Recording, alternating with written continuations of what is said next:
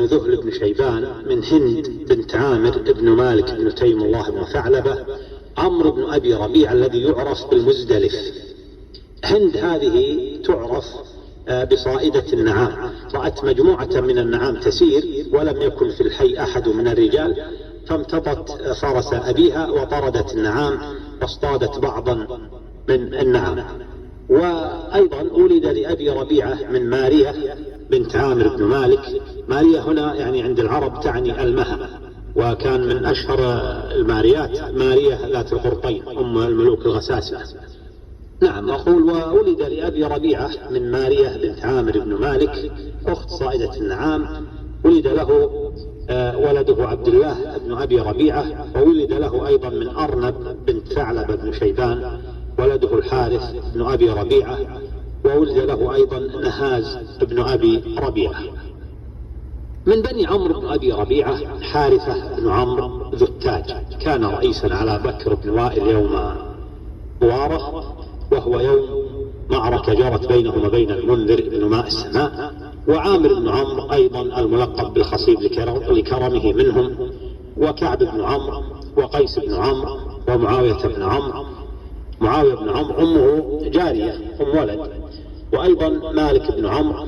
ومن بني عمرو بن أبي ربيعة أيضا هانئ بن مسعود ابن عامر بن عمرو بن أبي ربيعة قائد بكر بن وائل في معركة ذي قار الكبيرة.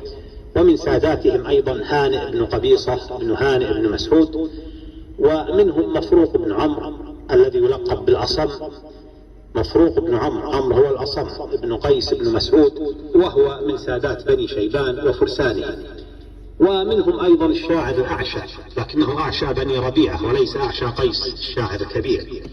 وأعشى بني ربيعة هو عبد الله بن خارجة بن حبيب بن قيس بن عمرو بن أبي ربيعة. نريد الآن أن نتكلم عن بني تيم الله بن ثعلبة بن عكابة. تيم الله بن ثعلبة ولد له من مارية بنت الحارث بن حمار بن ناج بن أبي ملك، وأبي ملك هو ملكان بن عكرمة بن خصفة بن قيس بن عيلان بن مضر. ولد له منها الحارث ومالك وهلال وعبد الله وحاطبة. وولد له من عمرة بنت عمرو الشداخ الليثي، عمرة بنت عمرو الشداخ الليثي. ولد له زمان، وولد له عامر أمه هجرية من هجر. وولد له عدي من امرأة سبية. برز من بني تيم الله بن ثعلبة العديد من الرجال في الجاهلية والإسلام. فمن بني مالك بن تيم الله بن ثعلبة أبو كلاب عبد الله بن حصن بن ربيعة بن صعير بن كلاب، عبد الله بن حصن بن ربيعة بن صعير بن كلاب.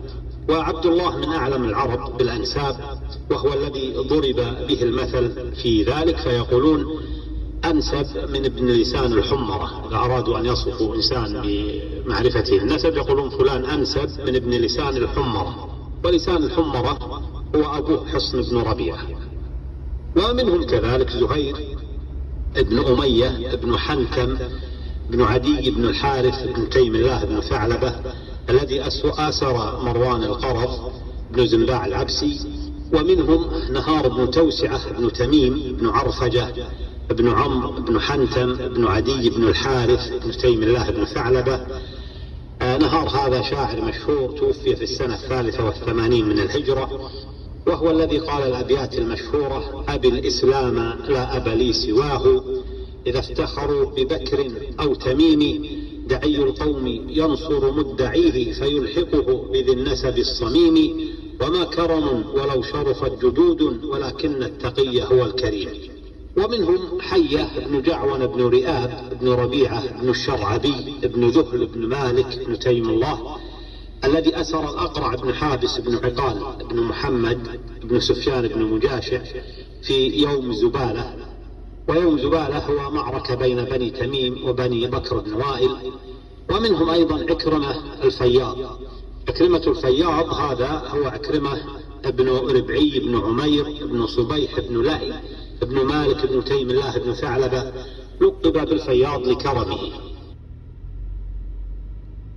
هؤلاء تكلمنا عنهم، ونريد الآن بعد أن تكلمنا عن بني تيم الله بن ثعلبة أن نتكلم عن بني ذهل بن ثعلبة بن عكابة. ولد لذهل بن ثعلبة بن عكابة من امرأته هند بنت عوف بن عامر بن قدار البجلية. ولد له شيبان وعامر وعمرو وذهل. بنو ذهل بن ذهل دخلوا في بني ضبة. وولد لشيبان بن ذهل بن ثعلبة من أرنب بنت الرقبان التغلبية سدوس ومازن وعلباء وعمرو. ومن رقاش بن ضبيعة بن قيس بن ثعلبة ولد له مالك وزيد منات ومرة. ومن بني شيبان بن ذهل بن ثعلبة بن عكابة هؤلاء، وليس بني شيبان بن ثعلبة بن عكابة، من هؤلاء دغفل بن حنظلة بن يزيد بن عبدة بن عبد الله بن ربيعة بن عمرو بن شيبان.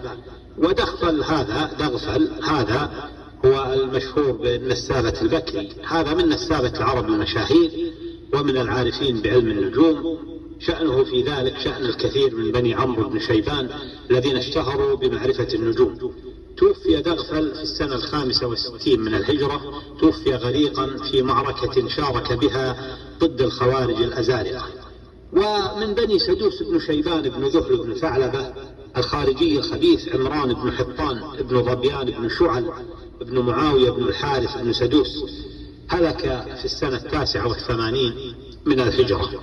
ومن بني زيد بنات بن شيبان بن ذهل القعقاع بن شور بن عقال، القعقاع بن شور بن عقال وابنه مطير بن القعقاع. وكان القعقاع من التابعين، وكان جوادا سمحا كريما.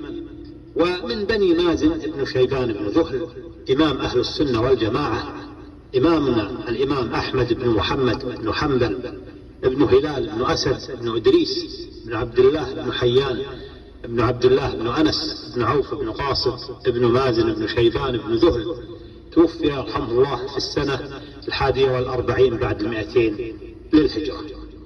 بنو قيس بن ثعلبة بن عكابة أيضا من قبائل بكر بن وائل الكبيرة. ولد لقيس بن ثعلبة بن عكابة ضبيعة وتيم وسعد وثعلبة. فمن بني قيس بن ثعلبة الشاعران المرقش الأكبر والمرقش الأصغر اختلفوا في اسميهما، ولكن لا بأس بذكر أحد الآراء التي يقول بأن المرقش الأكبر. وبالمناسبة المرقش لقب له لقوله في بيت له من الشعر: الدار قفر والرسوم كما رقش في ظهر الأديم قلم. الدار قفر والرسوم كما رقش في ظهر الأديم قلم. أحد الأقوال يقول بأن المرقش هو المرقش الأكبر هو عمرو بن سعد بن مالك بن ضبيعة، وأما المرقش الأصغر فهو عمرو بن حرملة بن سعد بن مالك بن ضبيعة. ومنهم أيضا الحارث بن عباد بن ضبيعة بن قيس بن ثعلبة بن عكابة الذي لعب دورا بارزا في أواخر أيام حرب البسوس. والحارث بن عباد هو فارس النعامة، وهي فرسه الشهيرة التي يقول في مطلعها في هذه القصيدة، قال قصيدة يعني يذكر في حرب البسوس ويذكر بها فرسه، قال: كل شيء مصيره للزوال غير ربي وصالح الأعمال. وهي طويلة يقول فيها: قريبا مربط النعامة مني لقحت حرب وائل عن حيال. ومنهم أيضا الشاعر الكبير أحد شعراء المعلقات طرفة بن العبد بن سفيان بن سعد بن مالك بن ضبيعة. ومنهم الشاعر الكبير أعشى قيس ميمون بن قيس بن شراحيل بن جندل بن عوف بن ثعلبة بن قيس بن ثعلبة. نعم.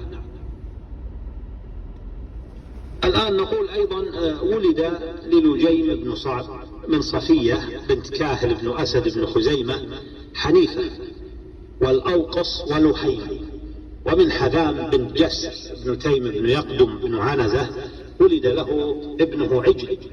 حذام بن جسر يقول عنها زوجها لجيم الأبيات الشهيرة، يقول: فلولا المزعجات من الليالي لما ترك القطا طيب المنام، إذا قالت حذام فصدقوها فإن القول ما قالت حذام. بنو حنيفة بن لجيم بن صعد هؤلاء من القبائل الشهيرة. قبيلة بني حنيفة لها يعني تاريخ عريق. لحنيفة بن لجيم هذا بن صعد ولد الدول وعدي وعامر وزيد بنات. وحجر، أمهم بنت الحارث بن